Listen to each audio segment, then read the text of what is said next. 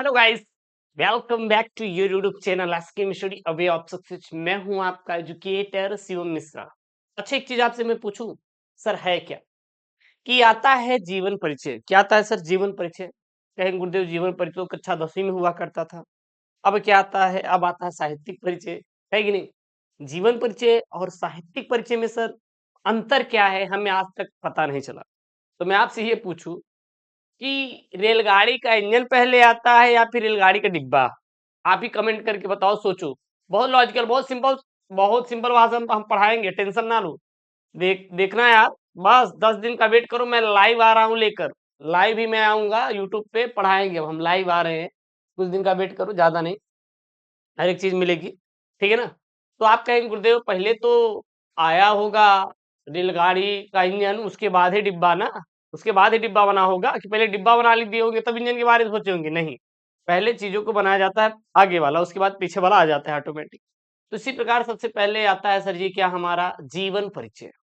जीवन परिचय जब लिख देंगे तो उसके बाद उनका जो साहित्यिक योगदान होता है, आप चाहे मिक्सअप करके लिख दो या फिर उनके बाद लिख दो, जीवन परिचय लाभ बाद। जैसे कि देखना, जैसे कि जन्म, जन्म, माता पिता का नाम, निवास स्थान, ठीक है।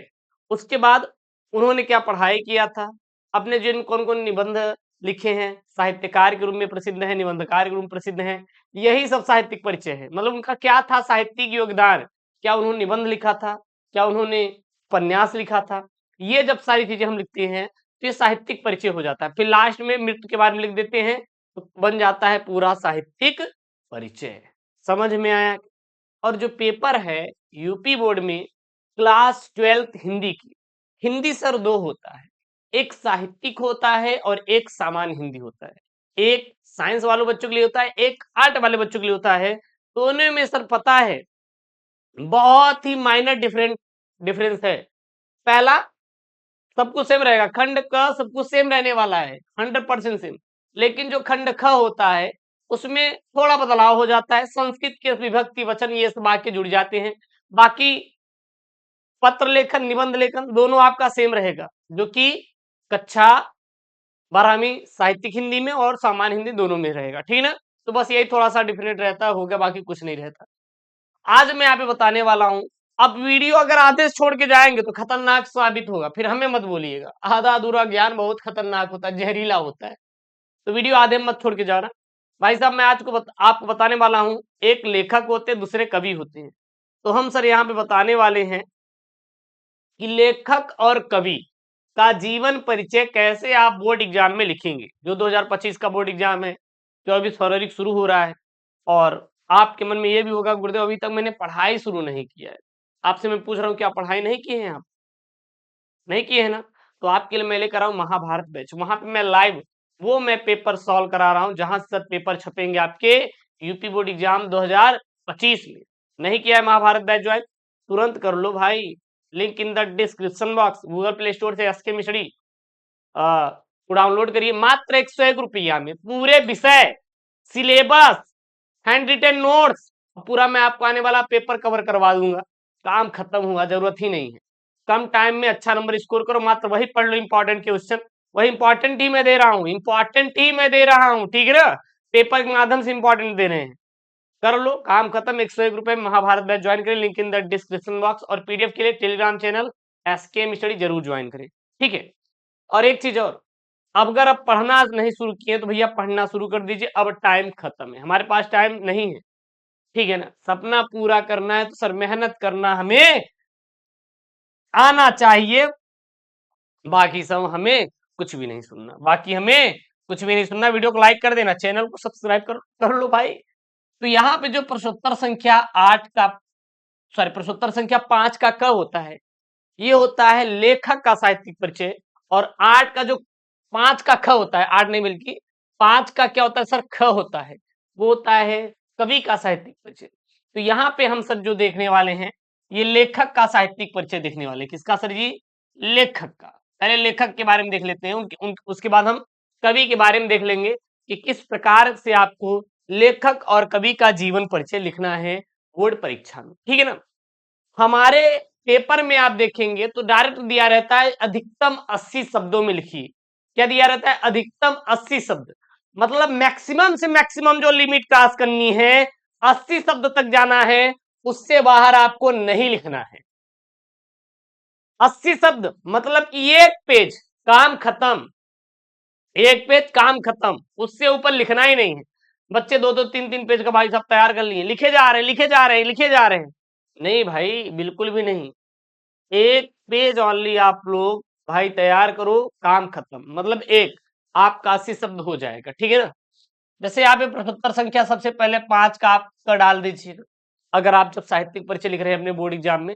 तो उसके बाद आप क्या लिखेंगे, यहाँ पे आप जिसके बारे में लिख रहे हैं उनका नाम डाल दीजिएगा। ये लिखने की जरूरत नहीं है साहित्यिक परिचय, जीवन परिचय, कुछ भी, ये फलाना ढिमका लिखने की जरूरत बिल्कुल भी नहीं है। जिसका लिखना चाहते हैं यहाँ पे। अच्छा, मैंने महाभारत बैच के अंदर ना मैं सब कुछ करवा दिया, इंपॉर्टेंट वाले वो पेपर में वहां पे दे रहा हूँ सिलेक्टेड, जो आपके यूपी बोर्ड एग्जाम में 24 फरवरी के दिन फंसेगा। जाओ link in the description box, या महाभारत बैच को ज्वाइन कर लो, ठीक है ना। लिखेंगे इसमें, वासुदेव अग्रवाल ने सन 1904 ईस्वी में लखनऊ के प्रतिष्ठित वैश्य परिवार में जन्म लिया था, जन्म लिया था। लेकिन इसके पहले एक चीज याद रखना, बच्चे आप इधर लाइन खींच देते हैं, खींच देते हैं ना, नहीं खींचना, केवल एक ही तरफ लाइन खींचना।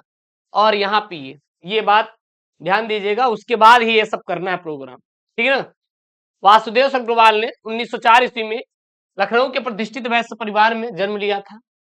उच्च शिक्षा प्राप्त करने के पश्चात, मतलब के बाद, पूरा तत्व से जुड़े कई सरकारी संस्थाओं ने महत्वपूर्ण पदों पर अग्रवाल जी आसीन रहे। विभिन्न संस्थाओं द्वारा विश्वविद्यालय में कार्यरत होने के पश्चात अग्रवाल जी ने स्वाध्याय जारी रखा और पाली, संस्कृति, संस्कृत संस्कृत पाली, संस्कृत, अंग्रेजी आदि भाषाओं के साथ प्राचीन भारतीय संस्कृति और पुरातत्व पर समान अधिकार प्राप्त किया। भारतीय संस्कृति व साहित्य के गंभीर अध्येता के रूप में अग्रवाल जी हिंदी साहित्य में विख्यात हैं। सन 1967 ईस्वी में वासुदेव अग्रवाल का क्या हो गया भैया, निधन हो गया था, निधन हो गया था। अब इनकी प्रमुख रचनाएं कौन कौन सी यहाँ पे लिख दीजिए, माता भूमि, कल्पवृक्ष, भारत की एकता, पृथ्वी पुत्र, इनकी प्रमुख कृतियां हैं। उरुज्योति, कला और संस्कृति, भारत सावित्री, कादम्बरी, उद्यात, अभिनंदन ग्रंथ इनकी संपादित पुस्तकें हैं। और इसके अतिरिक्त पद्मावत की संजीवनी व्याख्या तथा बाण भट्ट के हर्षचरित का संस्कृति अध्ययन भी अग्रवाल जी द्वारा प्रस्तुत किया गया है। काम खत्म। इतने में आपका लेखक का साहित्यिक परिचय करेजा कंप्लीट हो जाएगा। कोनो दिक्कत है का? अरे नहीं गुरुदेव, कोनो दिक्कत नहीं बा। जब दिक्कत नहीं बा तो काहे बारे परेशान है भैया, काहे बारे परेशान है? परेशान होने हो ही कि नहीं बा, बिल्कुल ना हो परेशान। परेशान आपको होने की जरूरत बिल्कुल भी नहीं है। तो रहे भैया लेखक का साहित्यिक परिचय, कवि का सेम टू सेम छापना है। कवि में भी कैसे करना है, बढ़िया ऊपर आप प्रश्नोत्तर संख्या डालिएगा 5 का अक्षर, नीचे गजब का आप लाइन डालिएगा, फिर जिसके बारे में लिखना चाहते हैं, जिसका भी लिखना चाहते हैं आप हेडिंग डाल दीजिएगा सुमित्रानंदन पंत। क्या डाल देंगे? सुमित्रानंदन पंत। फिर इनके बारे में लिखेंगे, प्रकृति के सुकुमार कवि सुमित्रानंदन पंत का जन्म उत्तराखंड के कुमायूं प्रांत के कौसान नामक ग्राम में 1900 ईस्वी में हुआ था। बचपन से ही कवि हृदय सुमित्रानंदन पंत ने उच्च शिक्षा के लिए प्रयागराज का रुख किया और इसे ही अपना कर्म स्थली भी बनाया। 1942 ईस्वी में लोकायतन नामक सांस्कृतिक पाठ का निर्माण आपने प्रयागराज से रूपाभ नामक पत्रिका का संपादन भी किया। सन 1950 में पंत आकाशवाणी से जुड़े और विभिन्न राष्ट्रीय पुरस्कारों से पुरस्कृत। पंत ने हिंदी साहित्य में छायावाद का, किसका भैया? छायावाद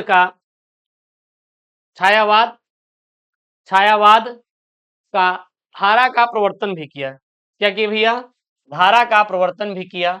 और सन 1977 में प्रकृति का चितेरा यह साहित्यकार स्वर्गधाम का कूच कर गया। कला और बूढ़ा चांद, चितंबरा, लोकायतन, वाणी, ग्रंथि, पल्लव, गुंजन, युगान, ग्राम्य इत्यादि कृतियों के रचनाकार पंत ने प्रकृति की मानवीकरण को आपने सृजन में सहचरों बनाया। और पंत का काव्य प्रकृति, मानवतावाद तथा अंतः चेतनावाद से प्रभावित है। पंत जी की कृतियों में स्थूल के विद्रोह, सूक्ष्म के विद्रोह का चित्रमयी भाषा के साथ स्थान प्राप्त है। बस और आपको कुछ भी नहीं करना है, बस इतना ही आपको लिखने की जरूरत है, काम खत्म। जितना मैं बताया हूं सर, बस आपको इतना ही लिखने की जरूरत है और आपको इसके सिवा कुछ भी नहीं करना है। इसके सिवा आपको कुछ भी नहीं करना है। समझ में आया का? समझ में आया कि नहीं? एक बार आप कमेंट बॉक्स में छाप देंगे, इतना समझ में आया का, इतना समझ में आया का।